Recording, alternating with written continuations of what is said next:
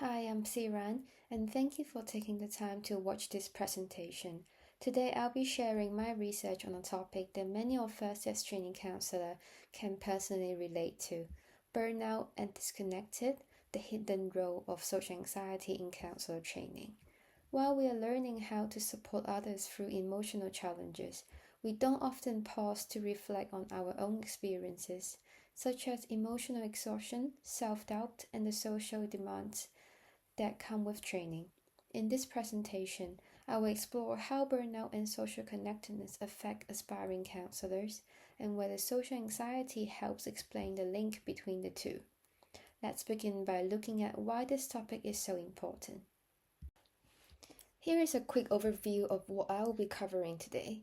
I'll begin with the introduction, where I will explain the background to the topic, why burnout and social anxiety are important to study, especially among aspiring counselors. Then I will move on to the method section, where I will outline how I conducted the research and gather the data. Next, I will share the results, focusing on the key findings and relationships between the variables. Finally, I will wrap up with the discussion, where I will interpret the results, explore their implications, and reflect on what they might mean for us in training and practice. So, let's start with the introduction. To start with, let's take a closer look at the key challenges that training counselors often face: social anxiety, burnout, and the role of social connectedness. Social anxiety refers to the fear of being judged in social situations. It's particularly common among young adults and can severely impact our ability to build rapport with peers, supervisors, or even clients. For training counselor, this can lead to the feeling of isolation and a lack of professional connection, as noted by study in 2021. Then we have burnout, a state of emotional exhaustion, depersonalization, and a reduced sense of accomplishment, typically caused by chronic stress. According to WHO, this is a growing issue. For us, as trainee, the emotional demands of working with vulnerable clients can be draining, often leading to a lower job satisfaction and reduced empathy, as highlighted by research in 2023. In contrast, social connectedness, the sense of belonging and feeling supported by others, may play a protective role. Research suggested that the strong social ties can buffer against both the anxiety and burnout, helping aspiring counselors maintain emotional resilience. So why does it matter? Because these challenges don't just affect our own well-being, they can also hinder professional development, client relationships, and the long-term engagement with the field. Research points out that trainees transitioning into practices are especially vulnerable during this early stage of professional identity formation. So this research seeks to explore how these variables interact and whether feeling socially connected can help mitigate some of these challenges. Now that we understand the key issues, let's look at the purpose of this research and how it aims to address the gap. Firstly, while social anxiety, burnout, and social connectedness have each been studied individually, there is very limited empirical research that brings all three together, especially in the context of training counselors. This is the research gap that my study seeks to address. So the central research question I posed was, what are the relationships between social anxiety, occupational burnout, and social connectedness in training counselors?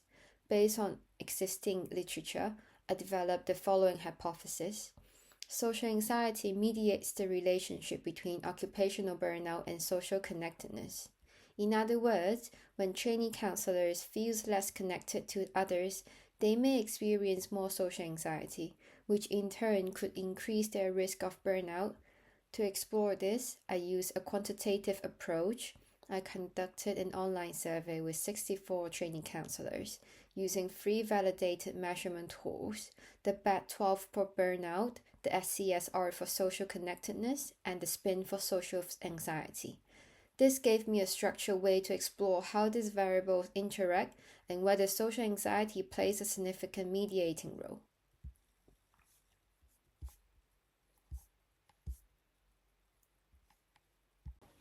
Now, let's take a look at the research design and the sample for this study. This was a quantitative cross-sectional design, meaning all data was collected at a single point in time using self-report questionnaires. The main aim was to test whether social anxiety mediates the relationship between occupational burnout and social connectedness. In terms of the sample, 64 training counselors took part. Participants range in age from 19 to 90, with an average age of just over 32. In terms of gender, 67.2% of participants identified as female, 25% of participants identified as male, and 4.7% of participants as non-binary. To reach this diverse group, I used a variety of recruitment methods, including the SONA system, social media platforms like Instagram and WhatsApp, also Site Toolkit, and direct outreach to UK counselling training programs. The diversity in age and gender adds richness to the findings and gives us insight into how these experiences may vary across trainee populations. To ensure the accuracy and validity of my findings, I used 3 well-established and reliable measurement tools, one for each key variable in the study. First, the Burnout Assessment Tool, or BAT12, was used to measure burnout. It includes 12 items that assesses emotional and cognitive exhaustion, psychological distance, and both cognitive and emotional impairment. The tool shows strong internal consistency with a Crobax alpha of 0.88 and a test-retest reliability of 0.85. Secondly, in order to measure social connectedness, I used the Social Connectedness Scale Revised, or we can call it SCSR. This scale includes 20 items that capture feelings of belonging, closeness, support, and satisfaction in relationships. It's highly reliable with a Crobax alpha above 0.9 and a test-retest reliability of at least 0.85. Last but not least, to measure social anxiety, I used the Social Phobia Inventory, or we can call it SPIN. It is a 17-item scale that evaluates fear, avoidance behavior, and physical symptoms which relates to social anxiety.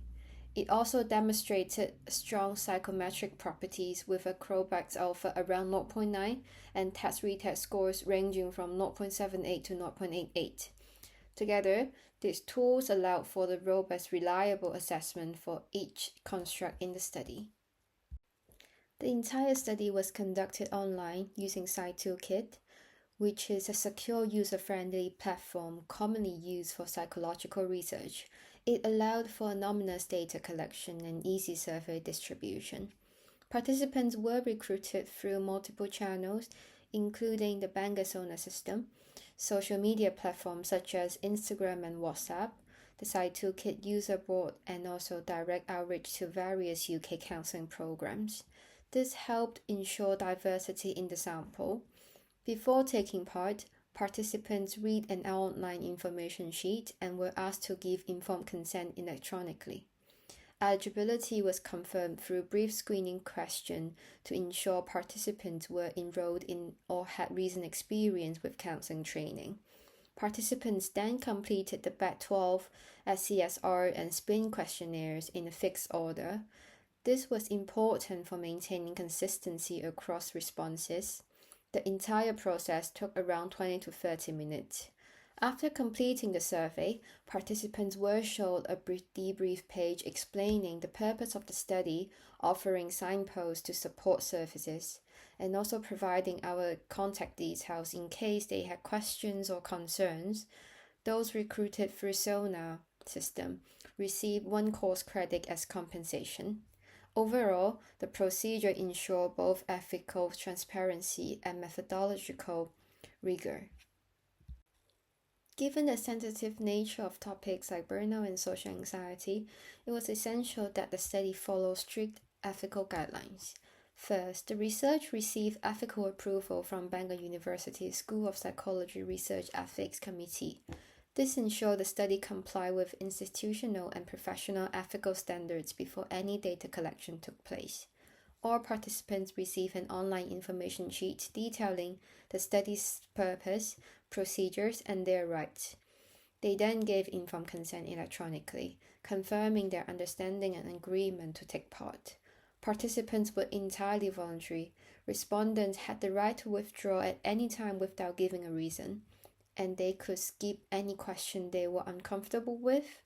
This was important to protect participants' autonomy and comfort. To ensure confidentiality and anonymity, data was collected using CytoKit and stored securely in accordance with GDPR regulations. No identifying information was collected, safeguarding participants' privacy throughout the study. Lastly, a debriefing page was provided at the end of the survey. It explained the study in more detail, signposted supported service in case of emotional distress, and included our group contact information for any follow-up questions or concerns. These steps ensure the study was ethically sound and that participants were respected and protected at every stage. As noted earlier in the sample description, the majority of participants identified as female. I will now present the descriptive statistic for the study's three primary variables. The mean burnout score, as measured by the BAT-12, was 2.34, with a standard deviation of 0.67, indicating a moderate level of burnout across the sample. The mean score for social anxiety, measured by using the SPIN, was 41.48. The relatively wide spread of scores suggests considerable variability in participants' level of social anxiety. The average score for social connectedness based on the SCSR was 76.19, with a standard deviation of 6.69, reflecting a moderate overall sense of connectedness within the group. These descriptive statistics provide important context for understanding the sample psychological profile and form the basis for the inferential analysis that follow. Now, let's take a look at the key findings from the mediation analysis. The normality test showed that burnout and social connectedness was normally distributed. The social anxiety scores was borderline, but still acceptable for analysis. Looking at the direct relationship, burnout did not significantly predict social connectedness. The p-value was 0.24, and the model explained only about 2% of the variance. So burnout alone wasn't a strong predictor of how connected participants felt. However, burnout did significantly predict social anxiety with a beta of 0.42 and a p-value below 0.001. This means that higher levels of burnout were clearly linked to a greater social anxiety. In turn, social anxiety significantly predicted lower social connectedness with a beta of negative 0.39 and a p-value of 0.004. When social anxiety was added to the model, the direct effect of burnout on connectedness became non-significant, suggesting full mediation. In other words, burnout affected social connectedness indirectly by increasing social anxiety. The overall model was statistically significant, with a p-value of 0.007 and an R-square of 0.148, meaning the model explained nearly 50% of the variation in connectedness. Let's now consider the theoretical implications of these findings. The key result from this study is that social anxiety fully mediates the relationship between burnout and social connectedness. This supports the initial hypothesis and suggests that burnout increases social anxiety, which in turn makes trainee counselors feel less connected to others. Theoretically, this extends our understanding of burnout by showing that its impact goes beyond just professional performance. It also affects how we relate to others, especially in emotionally demanding environments like counseling training.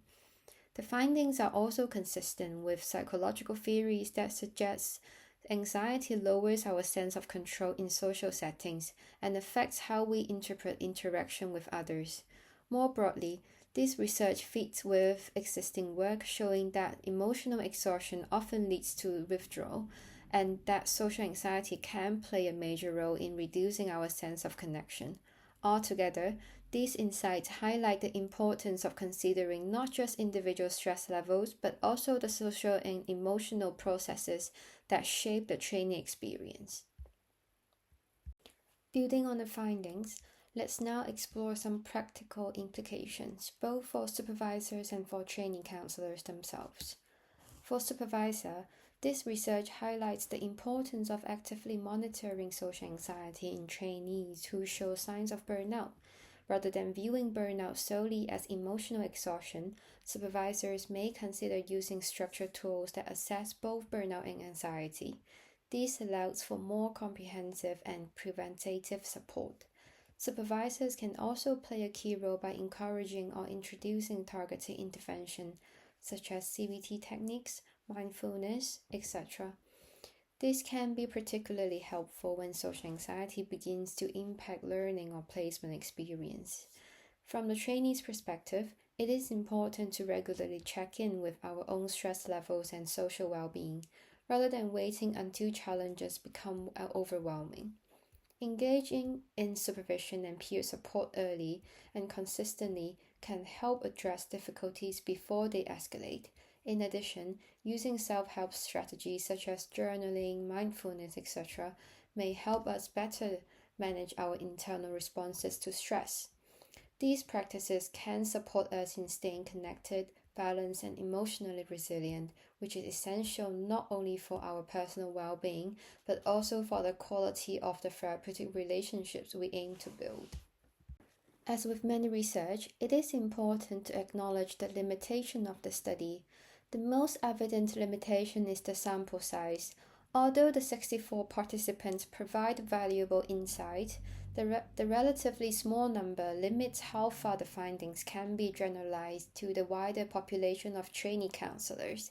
In addition, the study focused on testing a single mediation hypothesis.